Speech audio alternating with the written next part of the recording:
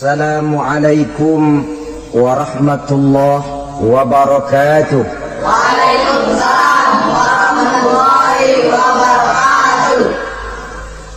Alhamdulillah wassalatu wassalamu ala sayyidina Rasulillah sayyidina wa maulana Muhammad ibn Abdullah wa ala alihi wa sahbihi wa mawala. La haula wa la quwwata illa billah, amma ba'du. Bapak-bapak, ibu-ibu, saudara-saudara kaum muslimin rahimakumullah. Pada kesempatan ini saya hanya ingin mengajak bahwa di dalam melaksanakan ibadah puasa Ramadan ini, marilah kita mengadakan evaluasi. Kenapa demikian? Barangkali secara jujur, walaupun agak berat, saya masih harus berkata, masih banyak di antara kita umat Islam yang di dalam melaksanakan suatu ibadah terjebak dalam rutinitas ritual. Saudara-saudara kaum muslimin rahimakumullah, jenis puasa yang ketiga kita kenal dengan puasa wajib. Dan ini kita laksanakan pada bulan suci Ramadan. Tentang teknis pelaksanaan ibadah puasa di bulan Ramadan sudah pernah saya bicarakan pada pertemuan tentang Ramadan dan Idul Fitri. Pada kesempatan ini saya hanya ingin mengajak bahwa di dalam melaksanakan ibadah puasa Ramadan ini, marilah kita mengadakan evaluasi. Kenapa demikian? Barangkali secara jujur, walaupun agak berat, saya masih harus berkata, masih banyak di antara kita umat Islam yang di dalam melaksanakan suatu ibadah terjebak dalam rutinitas ritual. Apa itu rutinitas ritual? Itu bahasa susah. Berhubung saya tidak ingin bicara yang susah-susah, kita bicara yang mudah-mudah saja. Maksud saya, banyak di antara kita umat Islam yang di dalam melaksanakan suatu ibadah itu hanya dengan prinsip asal sekadar gugur kewajiban saja. Akibatnya, sampai sejauh mana ibadah itu berhasil membentuk kepribadian diri kita jarang mengadakan evaluasi dan penilaian. Solat yang penting gugur kewajiban, puasa yang penting sudah gugur kewajiban, haji yang penting sudah gugur kewajiban. Maka jangan heran kalau itu yang jadi prinsip, ibadah lantas tidak punya dampak dalam membentuk kepribadian diri. Banyak orang yang rajin sholat tapi munkarnya jalan terus. Sampai kadang-kadang kita bingung, yang sembahyang dia, yang nyolong dia. Puasanya kelihatannya tekun tapi tidak punya kepekaan sosial. Sama yatim piatu bersifat masa bodoh, sama fakir miskin malah gemes. Tidak lantas tumbuh kepekaan sosial walaupun dia sudah ikut merasakan tidak enaknya lapar dan haus. Ada juga yang sudah haji 4-5 kali mondar-mandir Jakarta Mekah, tapi gaya hidupnya tetap seperti katak di kolong tempurung, picik, sempit pandangan, dangkal hati, tidak terbuka walaupun sudah melihat Islam dalam skala internasional. Yang dia lihat, yang dia saksikan, yang dia pandang tidak sanggup menggugah dan mengubah jiwanya, tidak bisa mewarnai pandangan hidupnya. Inilah akibatnya kalau ibadah hanya dikerjakan dengan prinsip asal sekadar gugur kewajiban. Hasilnya yaitu tadi, hajinya cuma menang topi putih sama serban. Sholatnya cuma prinsip asal gugur kewajiban, begitu juga puasanya, begitu juga zakatnya dan ibadah-ibadah lainnya. Bukan tanpa satu maksud, Kalau Allah Subhanahu wa taala memerintahkan kita melaksanakan ibadah puasa di bulan suci Ramadan. Bahkan maksud itu sangat pada penghujung ayat yang memerintahkan kita puasa. Ya ayyuhallazina amanu kutiba alaikumus syiyam kama kutiba alal ladzina min qablikum la'allakum tattaqun. Orang yang beriman diwajibkan atas kamu berpuasa, telah diwajibkan juga kepada orang-orang yang sebelum kamu, la'allakum tattaqun, agar kamu dengan puasa itu menjadi manusia yang bertakwa kepada Allah Subhanahu wa taala. Dengan kata lain, berhasil atau tidak puasa Ramadan kita ini akan nampak takwa kita meningkat atau tidak setelah kita melaksanakan ibadah puasa. Sehingga kalau orang mengatakan Ramadan itu merupakan month of training, bulan latihan, keluar latihan tentu harus semakin naik dan baik gaya kehidupan kita. Jadi tujuan utama daripada pelaksanaan ibadah puasa adalah untuk membentuk manusia yang bertakwa. Nah, takwa itu kata Imam Qusairi hurufnya ada 4. Ta, qaf, wawu, ya. Masing-masing huruf ini simbol dari pribadi orang yang bertakwa, bina dan dibentuk oleh pelaksanaan puasanya. Mari kita lihat. Huruf ta adalah lambang dari sifat tawadhu, rendah hati. Orang yang bertakwa, orang yang tidak mempunyai sifat sombong. Puasa menanamkan kita kesadaran terhadap kelemahan, terhadap keterbatasan, terhadap segala ketidakmampuan yang kita miliki. Ya Allah, baru sehari nggak kena makan, nggak kena minum, sudah begini lemesnya. Puasa memang kalau pagi orang masih sehat, masih terdorong oleh sahur, siang masih lumayan, tapi zuhur ke atas biasanya mulai sikap lemah manusiawi, keterbatasan kekuatan biologis itu mulai nampak. Dari sini tanam satu kesadaran, kalau begitu apa yang mau disembuhkan di hadapan Allah? Kaya, siapa sih orang paling kaya? Ilmu, siapa sih orang paling pintar? Pangkat, siapa sih orang paling tinggi jabatannya?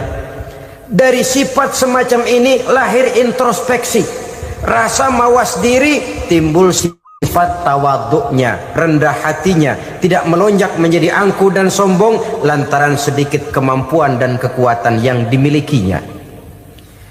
Lalu untuk sikap yang lebih jauh, terwujudlah, terbentuklah apa yang dinamakan stabilitas temperatur batin. Orang tetap konstan menjaga nilai-nilai idealisme yang pernah dimilikinya. Dia mulai dengan adil, dia berjalan tetap dengan keadilan, dan dia berakhir juga tetap dalam keadilan. Jangan mulainya adil, tengahnya setengah adil, di akhirnya malah zolim sama sekali. Ini tidak punya stabilitas temperatur batin. Kan banyak orang begitu toh. Mulanya benar, belakangan mau benar sendiri. Mulanya sudah rela berkorban buat kepentingan orang banyak, belakangan malah selalu mengorbankan kepentingan orang banyak. Waktu di bawah rajin baca ayat kursi, dapat kursi lupa ayat.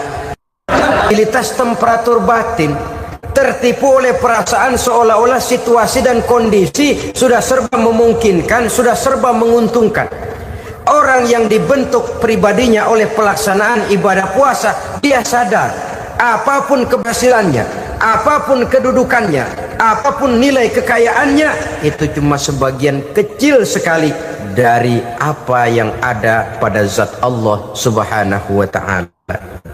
Hati tidak takabur, sesuai dengan namanya takabur dari kalimat takabbaro ya takabbaru, membesar-besarkan diri.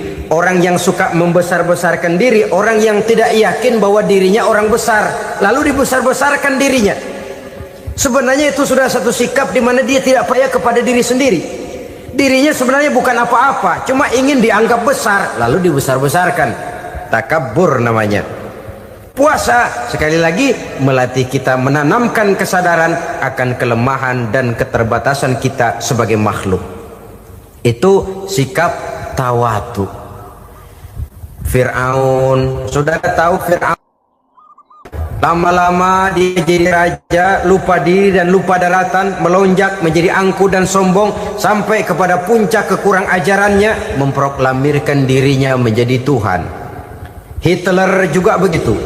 Pendeknya orang manakala tidak ada kesadaran tentang dari mana segalanya berasal dan kemana segalanya akan kembali, dia mudah out of control.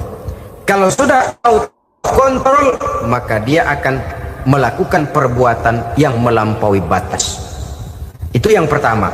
Jadi orang takwa, orang yang rendah hati, salah satu tujuan daripada pelaksanaan ibadah puasa menanamkan sikap rendah hati. Dari sikap rendah hati ini yang timbul lalu apa? Kepekaan sosial. Kalau saya puasa, saya sudah merasakan bagaimana tidak enaknya lapar. Saya sudah merasakan bagaimana tidak enaknya haus. Tapi bagaimanapun, saya lapar cuma sebentar, saya haus cuma sebentar. Selesai maghrib, lapar saya hilang, haus saya hilang. Bagaimana yatim piatu, orang-orang tua jompo yang perlu santunan, orang-orang miskin yang terkapar di kolong-kolong jembatan, yang tiap hari merasakan perasaan seperti ini tanpa tahu kapan hidup dan nasibnya akan berubah. Tidur beratapkan langit, berselimut koran. Kalau demikian, saya ini beruntung. Kalau demikian, apa yang bisa saya lakukan untuk mereka? Kepekaan sosial ini lalu timbul dalam apa yang orang sekarang namakan solidaritas kesetiakawanan sosial. Hidup tidak hanya untuk kepentingan diri dan perutnya sendiri saja, tapi mau menolong, mau membantu orang yang memang memerlukan bantuan dan pertolongan itu sendiri. Jangan setelah tahu lapar tidak enak, haus tidak enak, tapi kita tidak mau tenggang rasa, tidak mau timbang rasa. Begini loh tidak enaknya lapar, begini loh tidak enaknya haus. Ini terjadi pada diri saya masih mampu, masih berbuka puasa. Bagaimana yang tiap hari merasakan seperti ini? Tidak Ramadan, tidak Syawal, tidak Zulqa'dah, tidak Zulhijjah, selalu kelaparan dan kehausan. Dari sana timbul kepekaan sosial. Lalu lahirlah sikap pemurah, dermawan, mau menoleh ke kiri dan ke kanan. Bahkan Al-Quran itu sampai mengancam betul. Ara'aital ladzi yukadzibu bid-din fadzalikal ladzi yad'ul yatim wa la mendustakan agama. Islam mendustakan Islam. Salat dia tapi mendustakan salat. Puasa dia tapi mendustakan puasa. Siapa mereka itu? Fadzalikal ladzi yad'ul yatim. Merekalah orang-orang yang meninggalkan anak-anak yatim.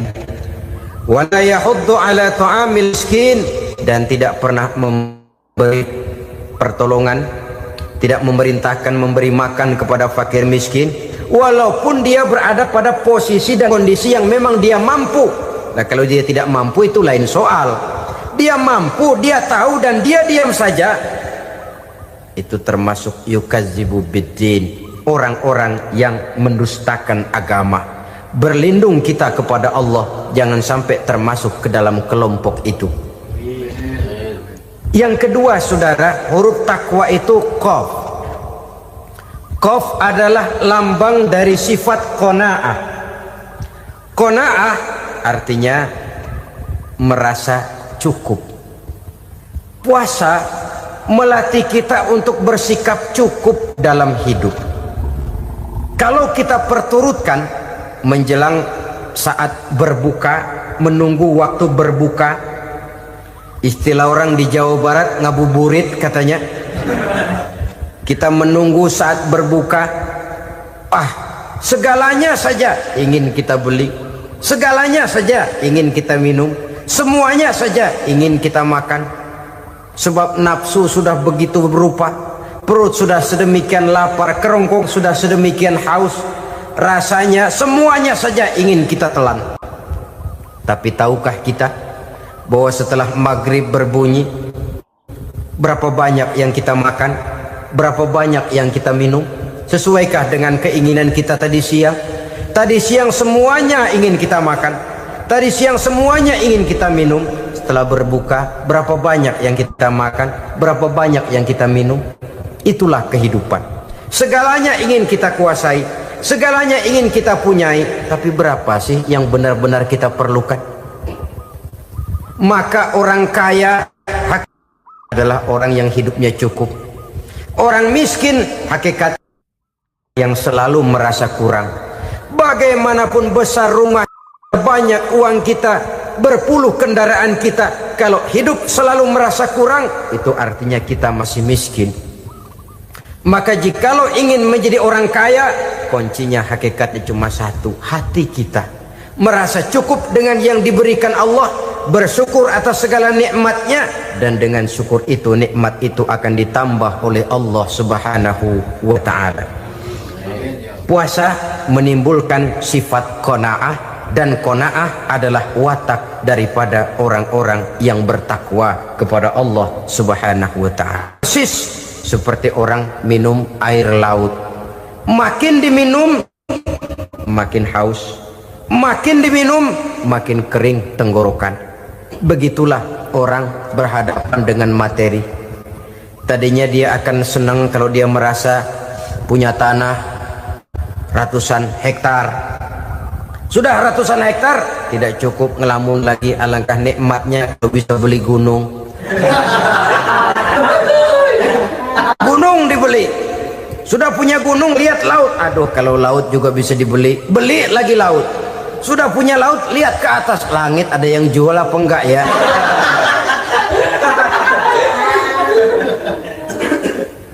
Seperti orang berhadapan dengan air laut yang makin diminum makin membuat kita haus dan makin kering tenggorokan ini. Maka itu harus dihentikan. Sikap untuk menghentikan itu tidak lain adalah dengan sifat qanaah itu tadi, merasa cukup dengan apa yang diberikan Allah, mensyukuri nikmatnya. Itu yang kedua. Yang ketiga, pada kalimat takwa ada huruf wawu. Wawu adalah simbol dari sifat wara dengan ain. Wara, orang yang terpelihara dirinya baik dari yang syubhat, lebih-lebih dari yang haram. Syubhat, saudara tahu, barang yang remeng-remeng, tapi sungguh pun remeng-remeng, kira-kira prosentasenya 70-30. 70% haram, 30% kemungkinan halalnya. Maka yang syubhat lebih baik dijauhi daripada diambil.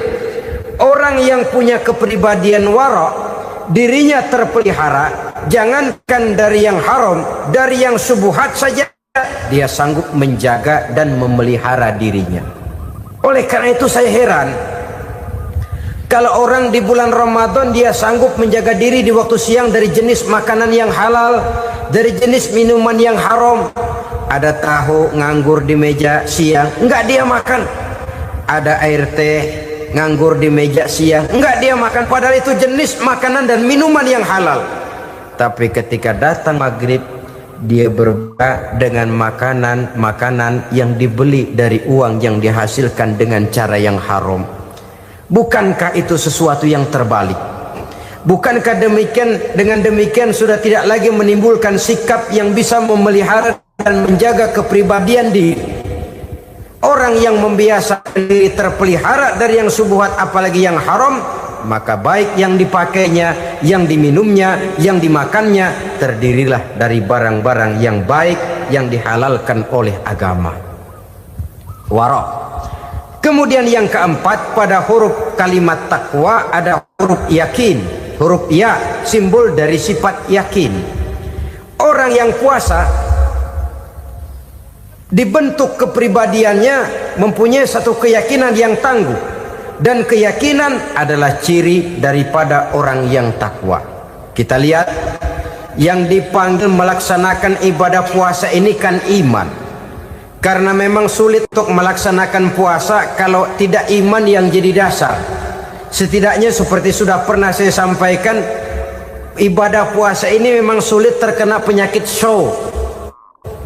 Kalau kita sholat barangkali terangsang karena kelihatan orang lain. Kalau kita pergi haji mungkin jadi sugesti karena orang banyak tahu. Kalau kita bayar kita jadi terangsang karena banyak orang lihat. Tapi kalau sudah puasa, puasa itu kan yang tahu cuma kita dan Allah saja. Ya, kita sholat, orang lain lihat, kita jadi rada semangat. Kita pergi haji, orang lain banyak ngantar, kita semangat. Kita bayar zakat, orang lain banyak saksikan, kita bersemangat. Tapi kita puasa, siapa yang mau nyaksiin kita puasa? Siapa yang mau memuji kita puasa? Siapa yang mau menyanjung kita puasa? Itu cuma urusan kita dan Allah. Oleh karenanya, dasar daripada pelaksanaan ibadah yang haus mencekik tenggorokan, segalanya jadi nikmatan. Tidak ada kerja yang lebih indah selain kerja yang didasarkan kepada satu keyakinan bahwa yang kita kerjakan itu adalah sesuatu yang benar.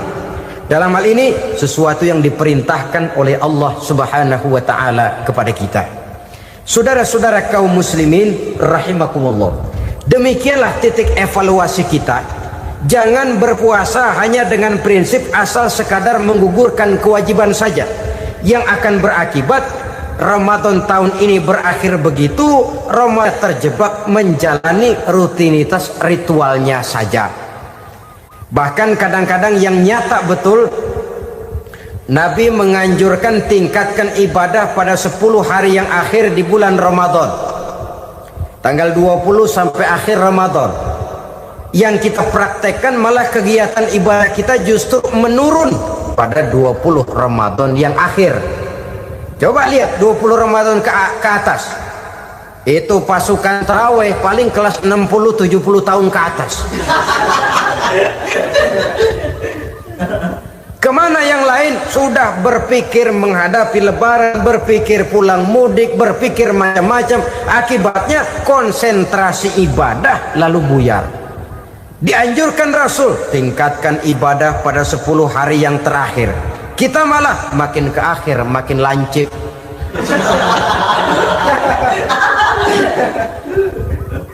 Saudara-saudara kaum muslimin rahimakumullah, kita terjebak oleh sesuatu yang sementara, oleh sesuatu yang bersifat kulit, lalu meninggalkan isinya. Padahal jikalau kita tidak mengisi Ramadan dengan kegiatan ibadah, berarti kita tidak keluar dari Ramadan dengan jiwa yang baru yang sudah ditempa oleh pengalaman ibadah di bulan Ramadan.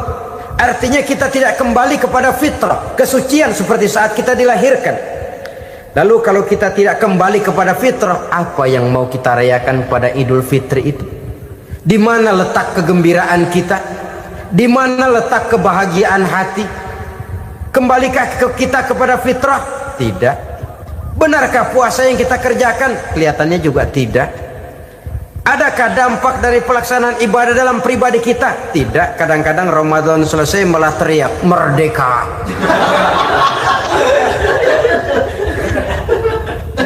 Kalau tadinya Ramadan dia merasa terhalang, mau keluar siang, mau makan siang, bulan puasa, mau minum siang, bulan puasa, mau gandengan, bulan puasa.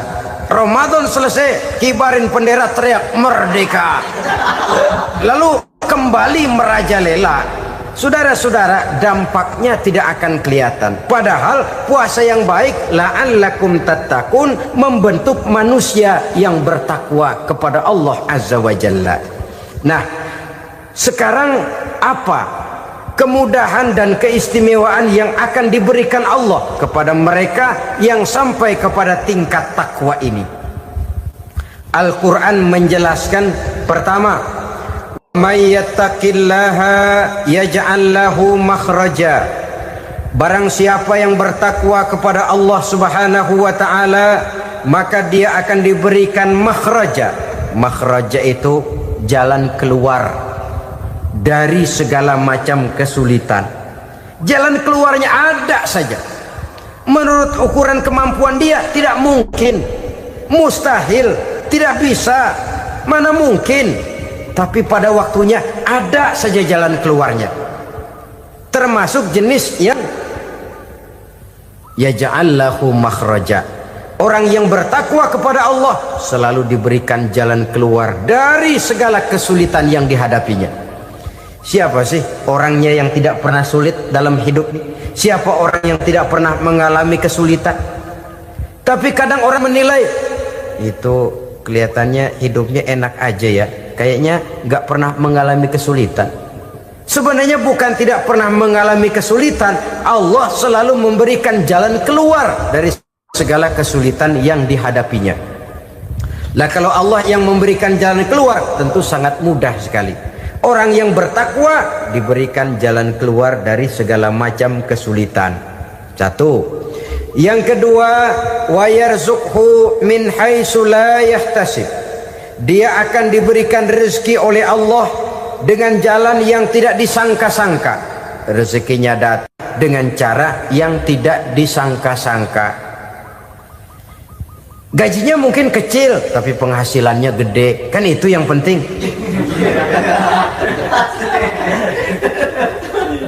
Gaji dan penghasilan kan lain tuh. Boleh jadi gaji kecil asal penghasilan gede, kan nikmat hidup itu. Nah, penghasilan ini ada yang bisa kita perkirakan. Bisa kita perkirakan. Misalnya gaji itu tadi. Kalau saya kerja, gaji saya begini. Ada rezeki yang masuk min haitsu la yahtasib. Tidak kita sangka-sangka, tidak kita duga-duga, tahu-tahu ada saja rezeki. Datang orang bawa persoalan yang mendatangkan hasil. Sebab rezeki, jodoh, maut memang seperti bayangan. Kita uber-uber dia lari, kita diem dia diem. Kan gemesin itu. Bayang-bayang itu begitu. Kita kejar, dia lari. Rezeki juga begitu. Kita diam, dia diam. Setengah mati yang namanya rezeki kita cari, kita uber, ngobek sampai ratusan bohong kita kerjain.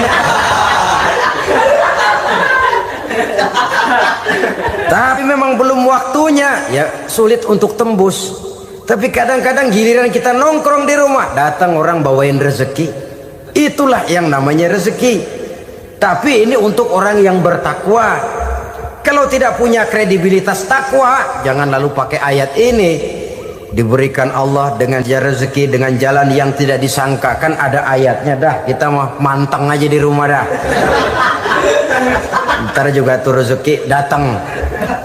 Ini fasilitas yang diberikan kepada orang yang wa may yattaqillah, bertakwa kepada Allah, yarzuqhu min haitsu la yahtasib, diberikan rezeki dengan cara yang tidak disangka-sangkanya.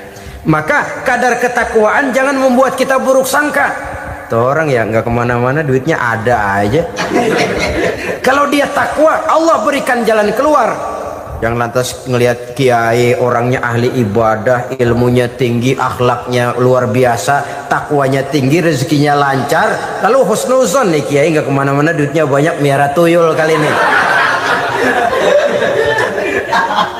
Itu termasuk jaminan Allah yang masuk kategori min haitsu la yahtasib. Yang ketiga, yaj'al lahu min amrihi yusra, dimudahkan segala urusannya. Dimudahkan segala urusannya. Kemudian yang keempat, yukaffir anhu sayyiatihi wa yu'azzim lahu ajra, diampuni segala kesalahannya dan dibesarkan pahala kebaikan yang dikerjakannya. Maka mudah-mudahan puasa yang kita kerjakan mengantarkan kita kepada ketakwaan kepada Allah, dan takwa membuka janji Allah kepada kita di dalam kehidupan ini. Kenapa sih kita yakin Quran itu kitab suci? Pertama, ajarannya sesuai dengan fitrah manusia. Suatu kitab dinamakan suci kalau konsep ajarannya sesuai dengan fitrah. Contoh, ini laki-laki ini seneng nggak sama perempuan? Normal. Kalau nggak seneng saya ragu-ragu. Perempuan seneng nggak sama laki-laki?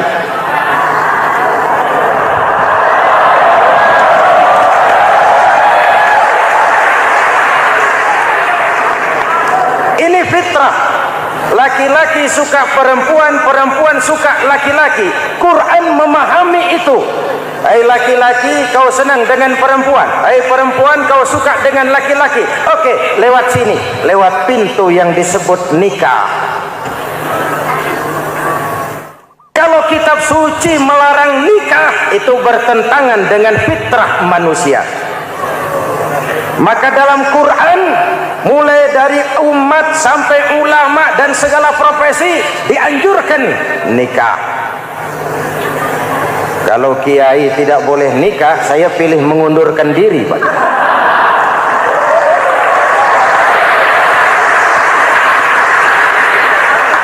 Itu bertentangan dengan fitrah.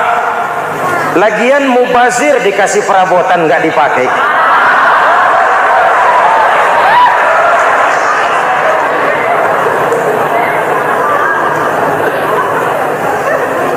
Fitrah. Contoh lagi, manusia perlu makan. Kalau ada kitab suci menyuruh puasa terus dari pagi sampai sore sampai malam sampai pagi lagi, eta teh kitab gelo.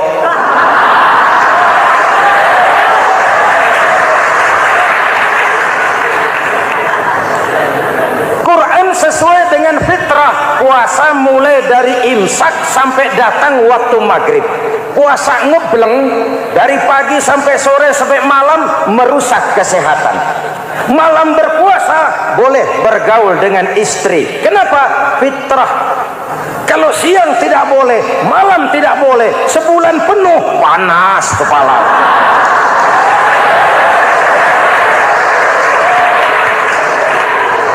Rontok rambut. Hadirin yang saya hormati, itu yang pertama. Yang kedua, kita yakini Quran sebagai kitab suci karena isinya tidak saling bertentangan, konsekuen, konsisten. Kalau ada satu kitab, di satu ayat mengajarkan Tuhan Esa, di lain ayat mengajarkan tiga, liar itu mah. Bagaimana kitab suci isinya paradoks? Bagaimana kitab suci isinya saling bertentangan? Di ayat manapun sekali Quran berkata Allah itu Esa, selamanya Esa. Isinya tidak saling bertentangan. Lalu yang ketiga, kita yakini Quran kitab suci karena dia bersih dari intervensi manusiawi. Sejak turunnya Al-Quran menantang, jikalau kamu ragu terhadap Quran yang kami turunkan kepada hamba kami Muhammad, kamu anggap itu cuma bikinan Muhammad. Kalau Muhammad bisa, kamu tentu bisa. Baik, bikin satu surah semacam Al-Quran. 14 abad yang lalu tantangan ini turun dan sampai malam ini belum terjawabkan. Pak, barangkali tidak ada yang mau coba. Banyak. Antara lain Musailamah Al-Kazzab, dia mencoba membuat menandingi Al-Quran. Dia buat satu surah namanya surah Al-Fil. Bunyinya begini, bikinan Musailamah.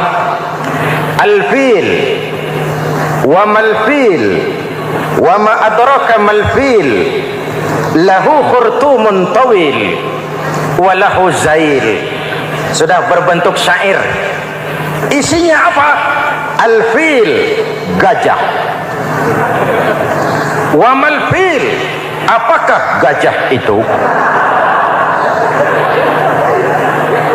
Wa ma adraka mal-fil, tahukah kamu apa itu gajah? Lahu khurtumun tawil, dia punya belalai panjang. Wa lahu zail, dan dia punya ekor. Gak usah turun ayat begituan, orang tahu.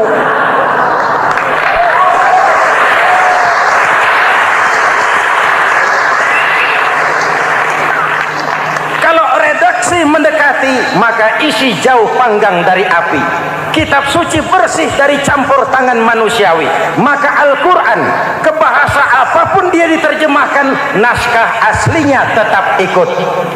Dia boleh diterjemahkan ke bahasa Sunda, bahasa Jawa, bahasa Padang, bahasa Inggris, bahasa Jerman, bahasa Belanda, naskah aslinya tetap ada.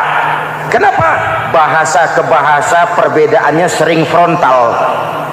Kalau dari gelas menjadi gelas, eta mah caket. Dari lamp menjadi lampu, itu masih serumpun. Tapi cokot Sunda dengan cokot Jawa itu jauh bedanya.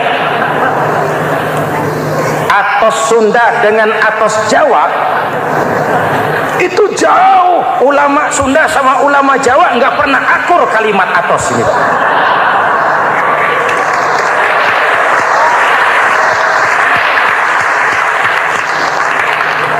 Inilah kebenaran janji Allah, inna nahnu nazzalna dzikra wa inna lahu lahafizun. Kami yang turunkan Al-Quran, kami yang akan menjaganya. Ribuan orang hafal Al-Quran. Lalu apa pesan-pesan misi utama Al-Quran? Pertama, menegakkan tauhid. Ini yang lebih dahulu, membentuk kualitas sumber daya manusia dengan menanamkan nilai-nilai keimanan, membebaskan dari ketergantungan kepada benda. Ya ayyuhan nasu ubudu rabbakumul ladzi khalaqakum. Hai manusia, Tuhanmu yang perlu kau sembah hanyalah Tuhan yang telah menciptakan kamu. Jangan menyembah Tuhan yang tidak pernah menciptakan kamu. Mengapa kau menyembah harta padahal dirimu lebih berharga dari harta? Kenapa kau menyembah pangkat dan jabatan padahal dirimu lebih berharga dari pangkat dan jabatan?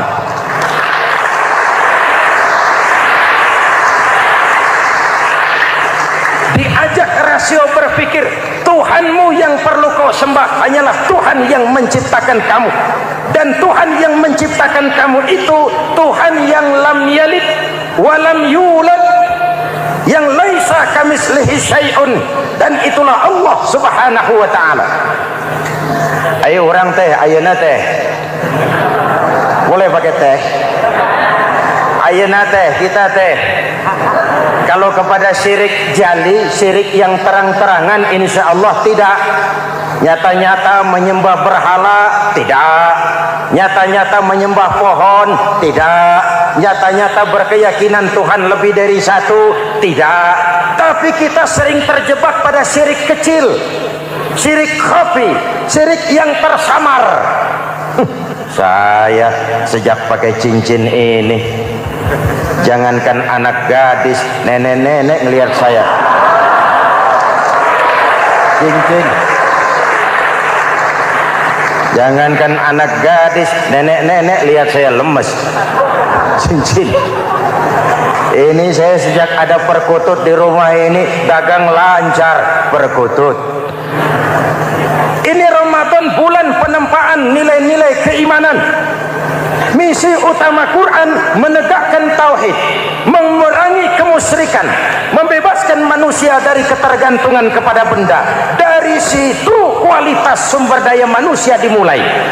Saya sering mengungkapkan selama ini sistem pendidikan kita cuma mengisi otak, bukan membentuk watak. Otak diisi segala macam ilmu, tapi hati kosong, agama rapuh, akhirnya moral rendah. Muncul manusia-manusia yang pintar, cuma sayang tidak benar. Indonesia kita bangkrut, Indonesia kita terpuruk, Indonesia kita sakit sekarang ini, kan ulahnya orang-orang yang pintar tapi tidak benar.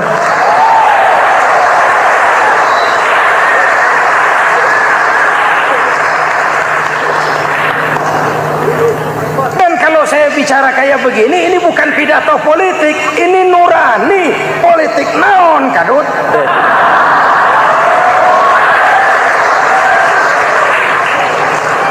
Ini nurani, ini tanggung jawab sebagai anak bangsa. Ibu bapak, saudara-saudara hadirin yang saya hormati, Rasul kalau masuk sepertiga yang akhir sing-singkan lengan baju, hamparkan sajadah, lebih banyak di masjid daripada di rumah. Itu Rasul. Maka sepertiga yang akhir masjid makin ramai. Lihat Masjidil Haram. Lain dengan kita. Sepertiga yang akhir masjid mulai mengalami kemajuan. Safnya makin maju.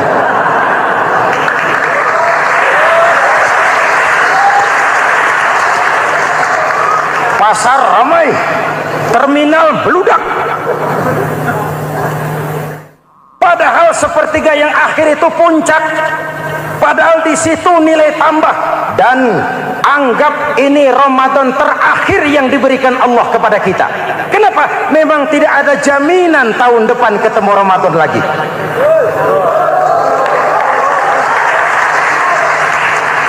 Anggap ini Ramadan terakhir yang diberikan Allah kepada kita. Tidak ada jaminan tahun depan Ramadan akan ketemu lagi.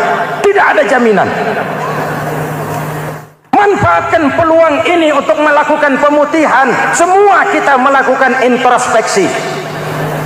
Tidak tahu kita Ramadan tahun depan nanti masih ketemu apa tidak. Sebagaimana kita tidak tahu kita masih hidup atau tidak. Hadirin yang saya hormati, misi kedua Al-Quran, persaudaraan, kebersamaan atas dasar keadilan dan kebenaran. Manusia bersuku-suku, ya. Manusia berbangsa-bangsa, memang itu diakui oleh Al-Quran. Inna khalaqnakum min dzakari wa untha wa ja'alnakum syu'uban wa qabaila. Kami ciptakan kamu dari laki-laki dan perempuan. Kami jadikan kamu bersuku-suku dan berbangsa-bangsa. Apa tujuannya? Agar kamu saling mengenal satu dengan yang lain. Persaudaraan, kebersamaan atas dasar keadilan dan kebenaran. Yang terlepas dari ras. Dari manapun orang datang, apapun warna kulitnya, dari suku apapun ia dilahirkan, kalau akidahnya sama, itu kan saudara kita.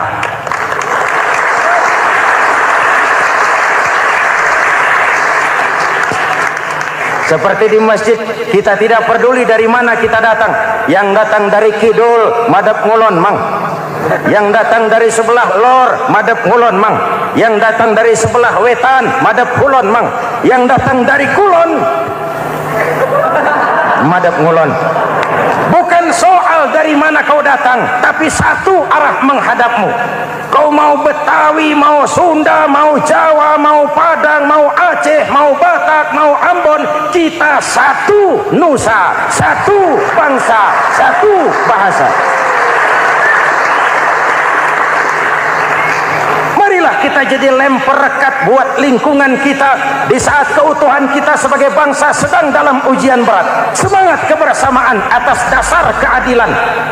Tidak ada mayoritas menekan minoritas. Umat Islam itu kalau besar, dia mampu melindungi yang kecil. Kalau kecil, dia bisa menjaga diri. Tiap solat Jumat khatib berpesan pada akhir khutbah kedua, innallaha ya'muru bil adli wal ihsan. Innallaha ya'muru bil adli wal ihsan. Allah memerintahkan kamu menegakkan keadilan dengan argumen, bukan dengan sentimen. Mengajak, bukan mengejek. Merangkul, tidak untuk tujuan memukul. Kalau sebagai bangsa kita utuh, kompak dan bersatu, saya yakin kita akan bisa mengatasi kesulitan-kesulitan sekarang ini.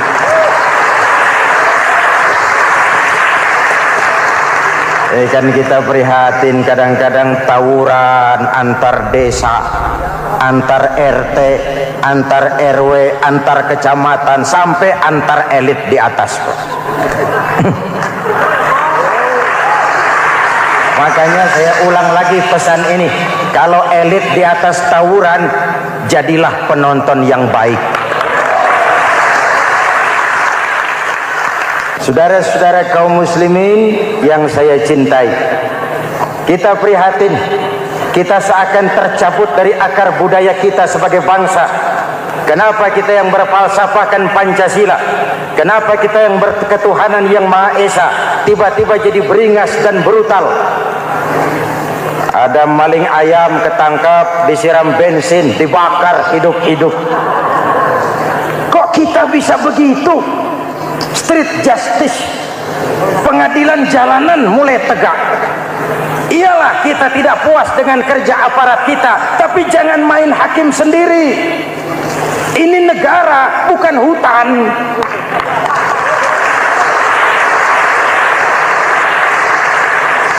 Jangan mencegah kemunkaran dengan menegakkan kemunkaran baru.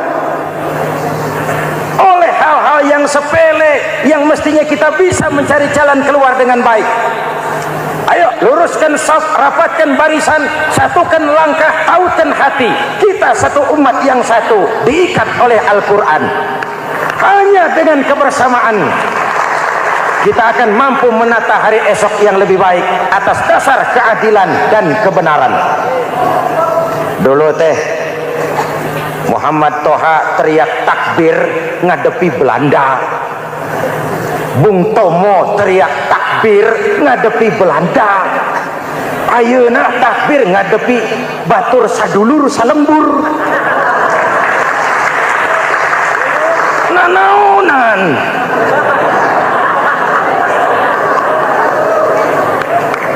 Bung Tomo teriak takbir, Muhammad Toha teriak takbir, yang dihadapi jelas penjajah Belanda. Kita ngadepi saudara sendiri, Allahu Akbar, yang sana teriak Allahu Akbar, setan tepuk tangan di tengah.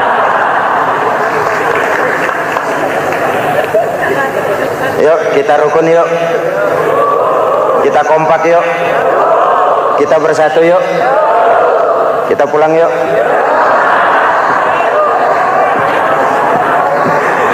Ini misi kedua. Misi yang ketiga, Al-Quran membebaskan manusia dari gaya hidup sekuler. Quran mengingatkan, awas bung, ada hidup sesudah mati, ada akhirat sesudah dunia. Lebih untung orang yang percaya akhirat daripada yang tidak.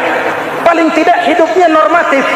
Contoh, saudara yakin akhirat ada, lalu saudara hidup baik-baik, menjauhi yang munkar, meninggalkan yang haram, saudara sujud, puasa, jihad, lalu saudara mati. Setelah mati ternyata akhirat tidak ada. Tidak ada ruginya. Paling kurang kita sudah dicatat sebagai orang baik. Sebaliknya, saudara tidak percaya sama akhirat, lalu hidup seenaknya, judi, mabuk, zina, nipu orang, korupsi, tenggelam dalam kemunkaran, lalu mati. Setelah mati ternyata akhirat ada. Kemana anjen? Lebih untung orang yang percaya akhirat ketimbang yang tidak. Hidupnya ada rem. Iya pak, saya kepengen banyak uang, tapi kalau main judi nanti di akhirat bagaimana? Iya, saya kepengen jadi orang kaya, tapi kalau korupsi, nipu orang, buka peternakan tuyul, nanti di akhirat bagaimana? Gaya hidup yang berkeseimbangan. Ada hidup sesudah mati dan ada akhirat sesudah dunia. Yang keempat, Quran membebaskan manusia dari belenggu kebodohan. Quran ayat yang pertama turun sudah berkata, Iqra, baca, kamu jangan jadi bodoh. Kebodohan menimbulkan kemiskinan, kemiskinan mendekatkan kepada kekufuran. Yang kelima, ini kado buat ibu-ibu, Quran mengangkat harkat, derajat dan martabat kaum wanita. Sebelum Quran turun, sebelum Islam datang, nasib wanita sangat menyedihkan. Dilahirkan hanya untuk melahirkan. Kalaupun berperan, peranannya tidak lebih segitiga. Dapur, sumur, kasur. Kasur, sumur, dapur. Dapur, sumur, kasur. Wanita dilecehkan, sekadar alat pemuas nafsu. Datang Islam, Rasul terenyuh, An-nisa imadul bilad. Wanita adalah tiangnya negara. Jikalau baik wanita, baik negara. Jikalau rusak wanita, hancur negara. Karena wanita, negara jaya. Betul? Karena wanita, negara hancur. Betul? Maka wanita adalah bidadari yang kadang-kadang setan. Kadang-kadang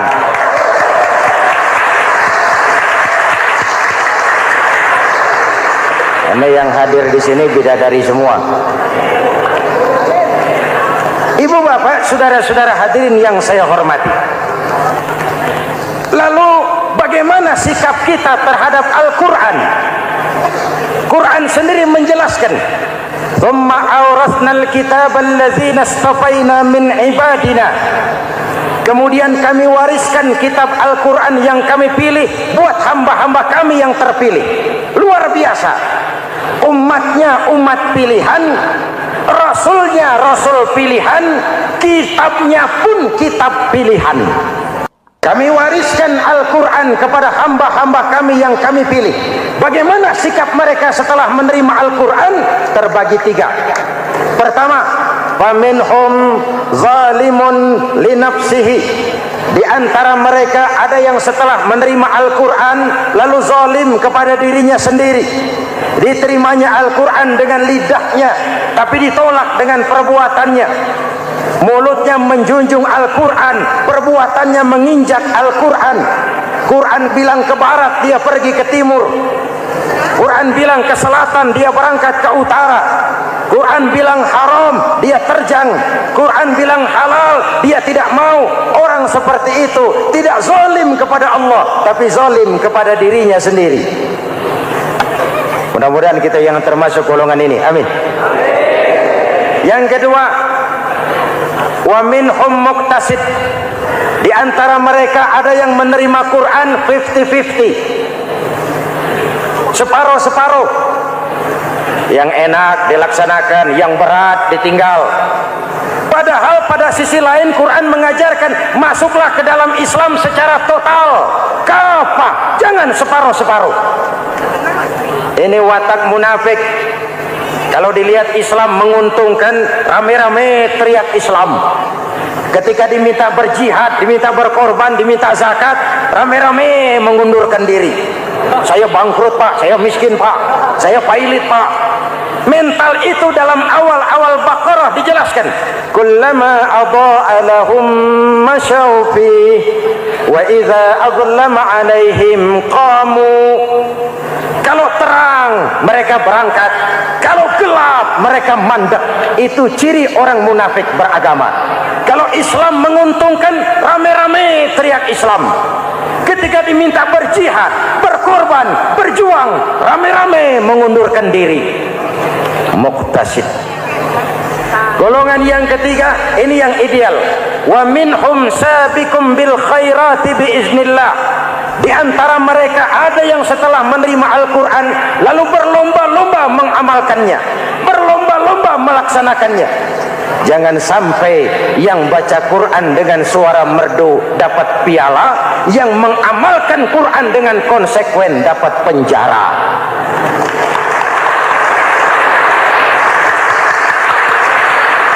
Itu ironi, itu menyedihkan, itu memilukan, dan itu memalukan.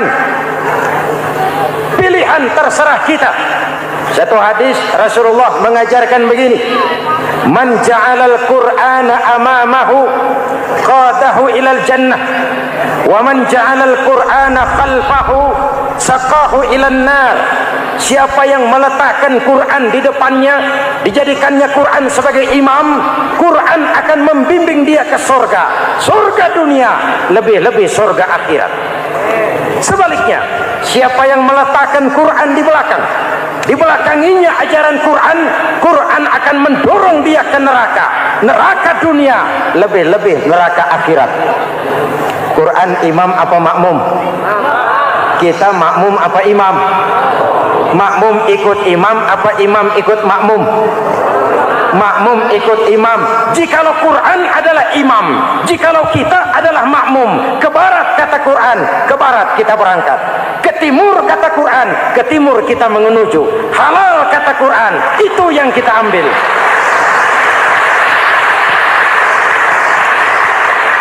Mari kita jadikan Ramadan sebagai bulan di mana sedikit demi sedikit kita berupaya kembali menjadi generasi yang Qur'ani. Rasulullah pernah ditanya, kalau Tuhan wafat ya Rasul, kemana kami minta nasihat? Aku tinggalkan kamu dua nasihat, satu yang diam saja, satu yang bisa bicara. Yang bisa bicara apa ya Rasul? Al-Quran. minta nasihat Quran. Yang diam saja apa ya Rasul? Maut. Dalam hidup ada dua nasihat. Nasihat yang bisa bicara, Al-Quran. Nasihat yang diam saja, maut. Mau dagang, minta nasihat Quran. Mau bertetangga, minta nasihat Quran. Itu nasihat. Nasihat yang kedua, diam saja, tahu-tahu datang, maut. Makanya anggap ini Ramadan terakhir yang diberikan Allah kepada kita. Karena tahun depan tidak ada jaminan kita bertemu Ramadan. Manfaatkan 10 yang akhir untuk meningkatkan nilai ibadah kita kepada Allah Subhanahu wa ta'ala. Pada pertemuan kali ini secara khusus kita akan membicarakan tentang puasa ini. Kita akan mulai dari yang pertama, puasa sunnah. Sebagaimana yang kita maklum, sunnah adalah satu perbuatan yang apabila kita kerjakan berpahala, tapi apabila kita tinggalkan tidak merupakan dosa. Hanya saja ia merupakan barometer dan ukuran daripada orang-orang yang cinta kepada sunnah itu sendiri. Ada banyak jenis puasa sunnah ini. Yang pertama, puasa sunnah di bulan Muharram. Rasulullah sallallahu alaihi wasallam bersabda, "Afdhalus siyami ba'da Ramadan syahrullahil Muharram, wa afdhalus salati ba'dal fardhah salatul lail." Diriwayatkan oleh Muslim dari Abi Hurairah. Puasa yang paling utama sesudah puasa Ramadan tidak lain adalah puasa di bulan Muharram. Dan solat yang paling afdol sesudah solat yang wajib adalah solat pada sepertiga malam yang akhir. Puasa di bulan Muharram merupakan puasa sunnah dan mempunyai nilai yang sangat besar dalam pandangan Allah Subhanahu wa ta'ala. Buat mereka yang mampu melaksanakan puasa sunnah di bulan Muharram ini, boleh melaksanakannya selama 10 hari. Hari yang pertama, boleh juga 3 hari saja, atau setidak-tidaknya 1 hari daripada bulan Muharram. Yang kedua, puasa 10 hari daripada bulan Zulhijjah. Karena bulan Zulhijjah ini memang termasuk bulan yang dimuliakan oleh Allah Subhanahu wa ta'ala. Pertama, di sana ada hari Tarwiyah, ada hari Arafah, ada hari kurban, ada talbiyah, ada pelaksanaan haji dengan segala manasiknya. Maka puasa sunnah di bulan Zulhijjah merupakan amalan yang sangat utama dan besar pahalanya dalam pandangan Allah Azza wa Jalla. Sebagian ulama menjelaskan, man shoma hazihil ayyam akramahullahu bi asyri asya'in. Siapa orang yang melaksanakan ibadah puasa sunnah pada hari-hari 10 di bulan Zulhijjah ini, Allah Subhanahu wa ta'ala akan memuliakannya dengan 10 macam perkara. Saudara, ini keuntungannya. Yang pertama, orang yang puasa di hari-hari 10 bulan Zulhijjah diberikan al-barakah fi umrihi, diberikan keberkahan pada umurnya.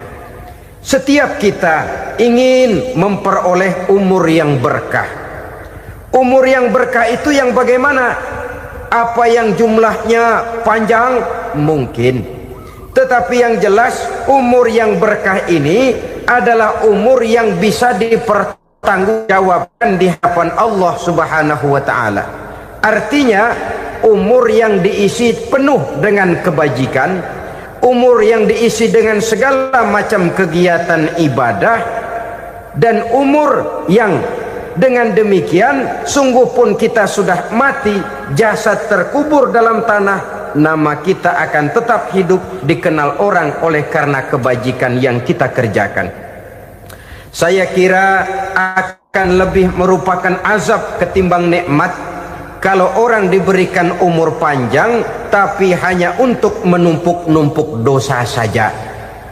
Kan lebih baik mana? Umur pendek banyak pahala, umur panjang banyak dosa. Lebih baik mana? Hah? Saya yakin yang paling baik tentu umur panjang banyak pahala. Paling sial umur pendek dosa melulu. Sudah diberikan umur pendek tidak seberapa, dosa berlipat ganda. Itu kalau orang kampung bilang tekor namanya. Rugi. Umur pendek hanya untuk menumpuk-numpuk dosa. Boleh jadi kalau umat-umat zaman dulu saudara, mereka diberikan umur panjang. Nabi Adam, kita tahu Nabi Adam itu 2000 tahun umurnya. Nabi Nuh 950 tahun. Umatnya ya rata-rata segitu itu. Nah, kalau mereka misalnya punya umur 800 tahun, lalu 200 tahun mereka melakukan dosa, kan masih punya restan 600 tahun untuk taubat.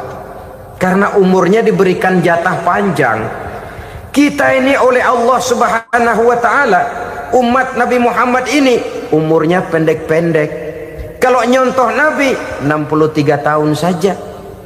Kalau diberikan 70 tahun umur kita sekarang, itu sudah dapat jatah lebih 7 tahun.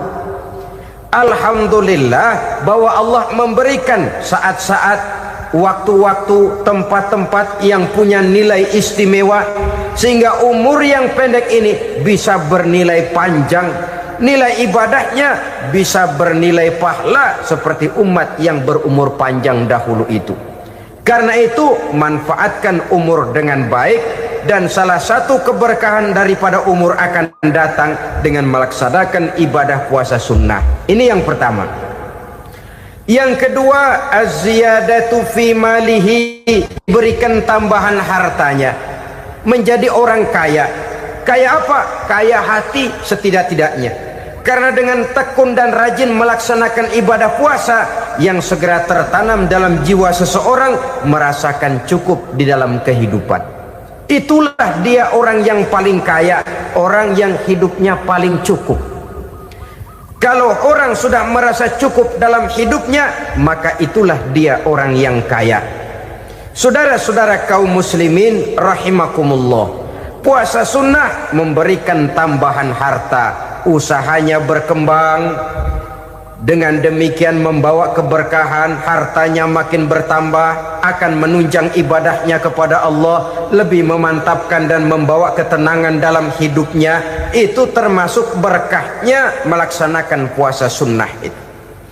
Yang ketiga, al-hifzu fi iyalihi, diberikan penjagaan, perlindungan terhadap keluarganya, anaknya sehat, sanak famili dan handai tolannya terjaga dan terpelihara dari segala malapetaka, dari segala mara bahaya, kesehatannya terjamin dan terpelihara. Itu sudah merupakan modal yang sangat besar di dalam kita mengarungi kehidupan. Sebab rasanya sulit untuk bahagia, duit kita banyak sekali, usaha kita selalu mendatangkan untung yang berlipat ganda. Tapi sebentar-sebentar anak kita sakit, yang ampek, yang korengan, yang kena musibah, ndak tak karu-karuan sakit, berobat sampai jutaan rupiah. Itu kan sudah tidak membawa kebahagiaan. Uang masuk yang begitu banyak jumlahnya, habis akhirnya untuk berobat saja. Sebenarnya hitung-hitung ya seri-seri juga. Usaha berhasil, duit banyak, habis untuk berobat. Lah sama juga saudara-saudara. Jadi dengan demikian, biar duit kita banyak, asal keluarga pada sehat saja, udah enak bener itu.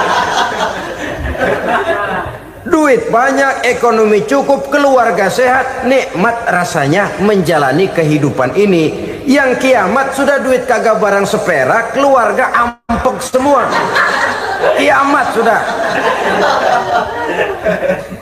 Saudara hadirin yang saya hormati, jadi yang ketiga, Allah memberikan pemeliharaan terhadap keluarganya. Satu kali orang dipelihara Allah, tidak satu kekuatan pun yang bisa mencelakakan.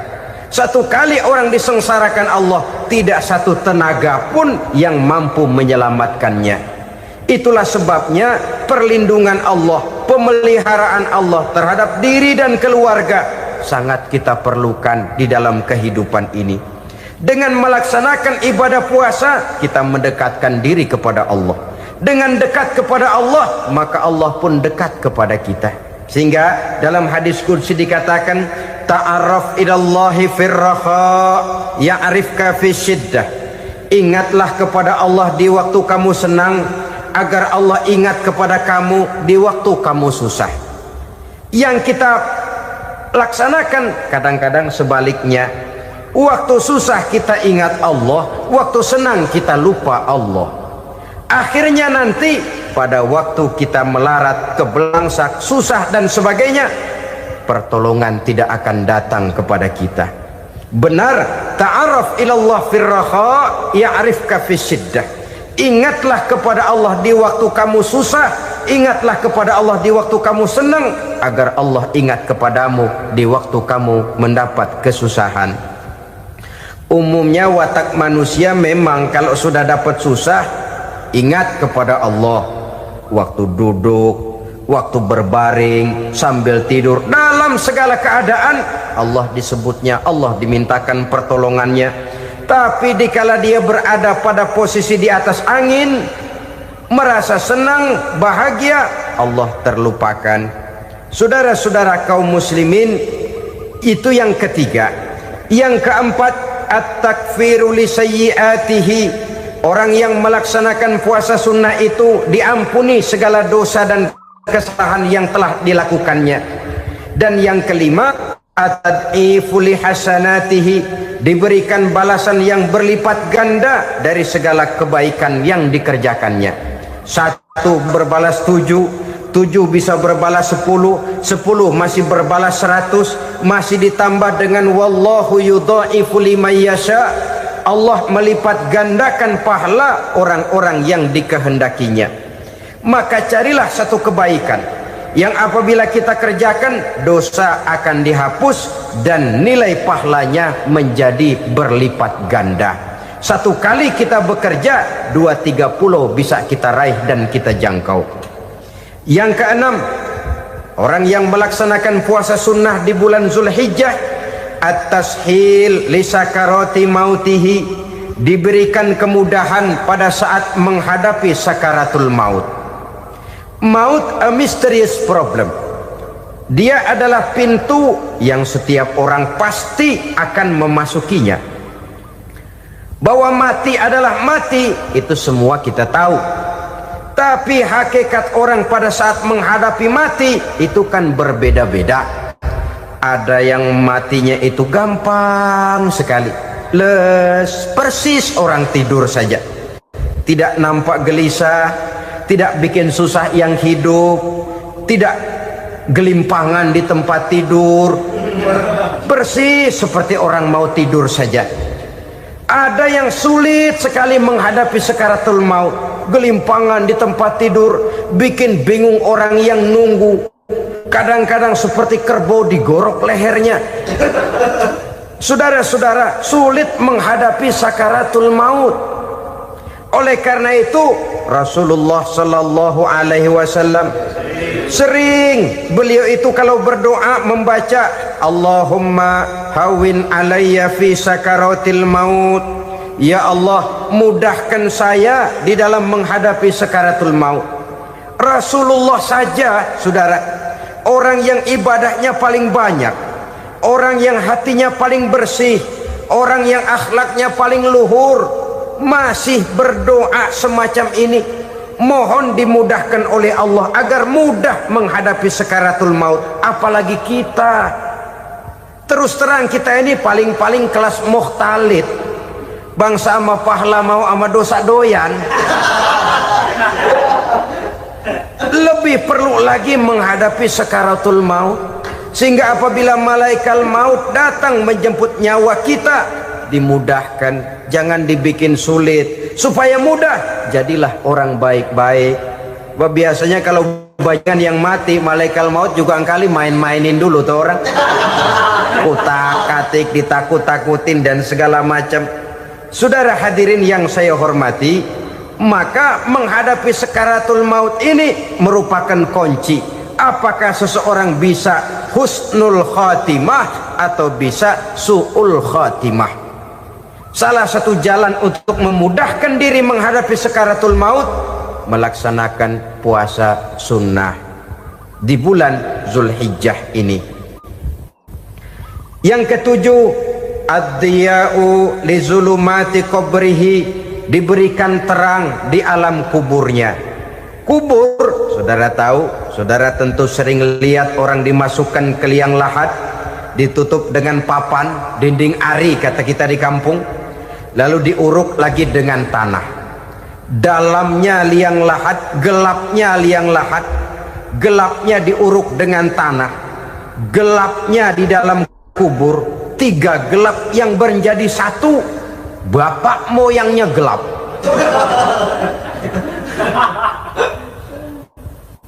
Puasa sunnah ini merupakan terang di alam kubur kita nanti. Yang kedelapan, at-tasqil limizanihi, diberikan keringanan pada timbangan di hari akhirat nanti. Bahwa setelah dibangkitkan dari kubur, setiap kita akan menghadapi perhitungan, akan ditimbang segala macam kebaikan dan segala macam kejahatan yang pernah kita lakukan di dalam kehidupan. Orang yang melaksanakan ibadah puasa sunnah, at-tasqilu limizanihi, diberikan keringanan timbangan hari akhiratnya nanti. Yang kesembilan, an-najah minal bala, diberikan keselamatan dari segala macam bencana. Dan yang ke-10, as-su'ud ala darajatihi, diberikan ketinggian, naik derajatnya, derajat di dunia, lebih-lebih lagi derajat di akhirat nanti. Ini keutamaan yang diberikan Allah Subhanahu wa ta'ala kepada mereka yang melaksanakan ibadah puasa 10 hari di bulan Zulhijjah menurut penjelasan sebagian dari para ulama kita. Jadi setelah puasa Muharram ada lagi puasa Zulhijjah. Kemudian puasa sunnah yang ketiga, puasa sunnah pada hari Senin dan hari Kamis. Apa sumber hukumnya? Diriwayatkan oleh Imam Muslim dari Abi Qatadah, Rasulullah sallallahu alaihi wasallam ditanya tentang puasa pada hari Senin. Kenapa Rasul melakukan itu? Beliau menjawab, zalika yaumu wulidtu fihi wa yaumu bu'istu au unzila alayya fihi. Hari Senin itu adalah hari di mana aku dilahirkan dan hari di mana aku dibangkitkan. Wahyu pertama turun kepadaku pun pada hari itu. Maka sunnah melaksanakan puasa pada hari itu. Adapun hari Kamis, ada hadis yang diriwayatkan oleh Imam Turmuzi dari Abi Hurairah, Nabi bersabda, tu'radul a'malu yaumul isnaini wal khamisi fa uhibbu ay yu'radu amali wa ana sha'im. Disetor amal setiap manusia pada hari Senin dan pada hari Kamis. Maka aku ingin, kata Nabi, agar pada saat amalku disetor itu aku sedang puasa. Jadi malaikat itu menurut riwayat ini mencatat dan menyetorkan catatan amalan seseorang pada hari Senin, hari Kamis. Tiap hari Senin amalan kita disetor oleh malaikat. Catatan terakhir tentu yang sedang kita kerjakan, sehingga yang masuk daftar, saya tinggalkan orang ini, dia sedang puasa, karena naik catatan amalnya pada hari Senin. Kamis diangkat lagi, catatan paling akhir, saya tinggalkan orang ini, dia sedang puasa. Itu makna fa uhibbu ayyurada amali wa ana shaim. Aku senang kalau pada saat amalku disetor, catatan paling akhir aku lagi puasa. Satu keistimewaan. Alangkah celaka tiap amalan disetor kita sedang berbuat jahat. Senin, Kemis, teler, mabok, judi. Tiap amalan disetor, catatan akhirnya saya tinggalkan si fulan lagi teler. Laporan Senin, Kemis laporan lagi, saya tinggalkan si fulan lagi mirip kartu. Saudara hadirin yang saya muliakan, alangkah jeleknya catatan kita. Oleh karena itu sunnah puasa pada hari Senin dan hari Kemis. Ini amalan sunnah saudara-saudara. Dan oleh karena ini amalan sunnah, sebagian ulama memberikan penjelasan, walaupun lupa niat, kalau sudah malam itu lupa niat, boleh niatnya sudah siang puasa sunnah ini, dengan catatan dari pagi belum makan apa-apa. Malam saudara lupa, tahu-tahu ingat ini hari Senin, dah jam 10, niatlah jam 10 itu, sah puasanya asal dari pagi belum makan apa-apa.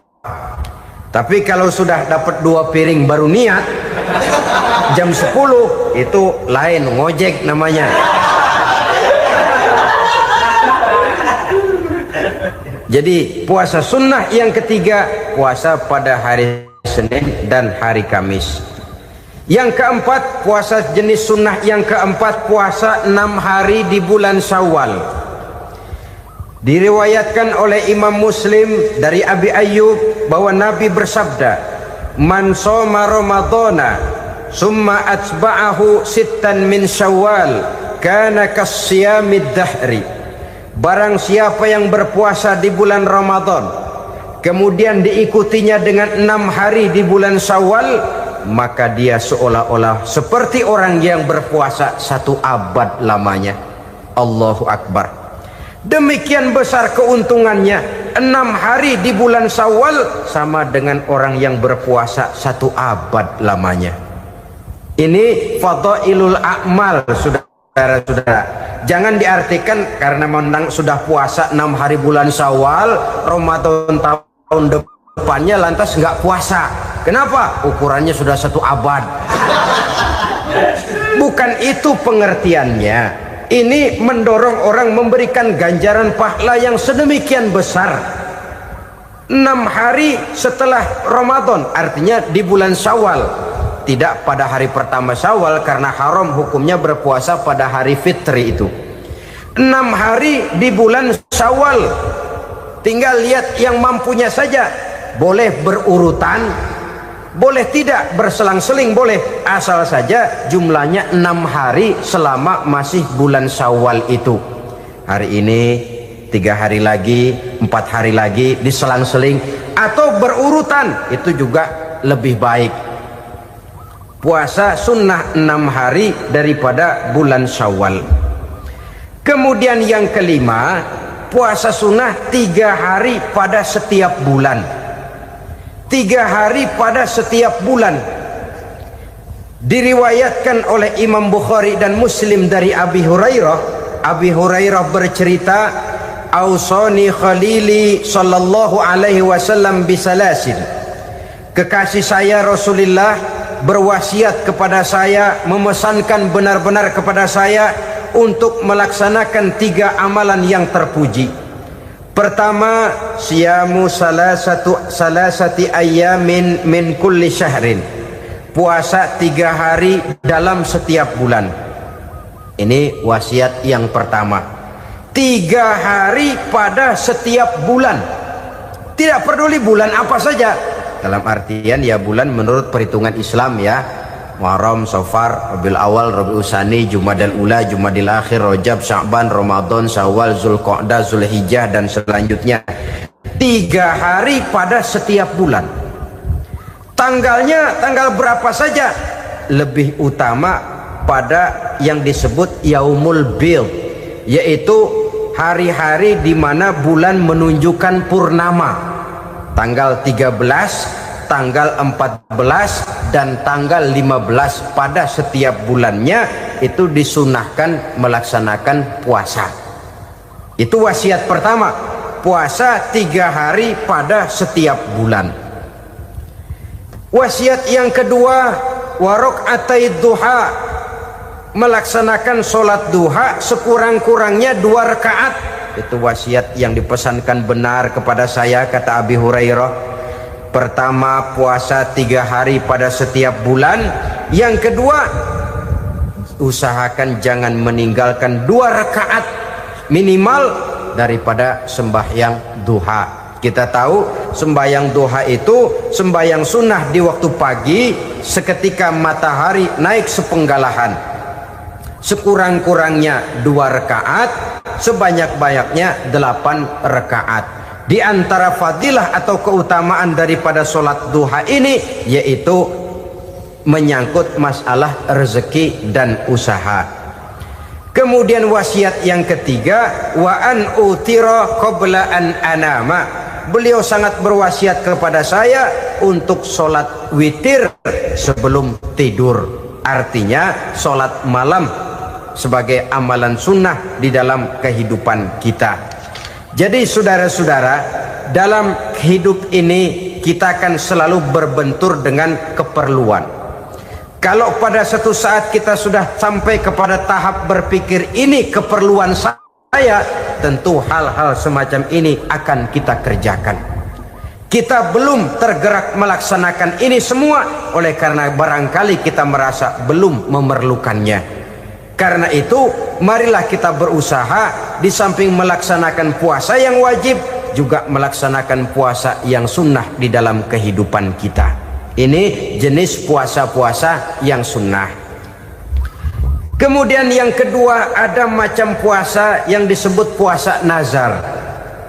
Hukum pelaksanaannya wajib apabila nazarnya sudah terwujud. Puasa nazar, puasa yang dikaitkan dengan suatu persoalan. Umpamanya, kalau saya lulus ujian, saya akan puasa 1 minggu lamanya. Begitu ujiannya ternyata lulus, dia wajib bayar nazarnya. Puasa 7 hari, tidak lagi sunnah tapi wajib karena dia nazarkan. Asal saja tidak sah nazar kepada yang makruh apalagi kepada yang haram. Umpamanya nazar kalau tembus 6 nomor mau puasa 3 hari.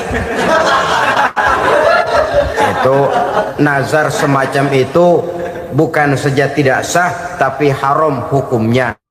Tidak boleh nazar kepada yang makruh apalagi kepada yang haram. Jadi apabila maksud yang sudah kita niatkan tercapai, wajiblah nazar itu dibayar, yaitu kalau nazarnya sunnah melaksanakan ibadah puasa. Terima kasih atas perhatian saudara. Mohon maaf atas segala kekurangan. Jumpa lagi lain kesempatan insyaallah. Usikum wa nafsi bitaqwallah. Wassalamualaikum warahmatullahi wabarakatuh.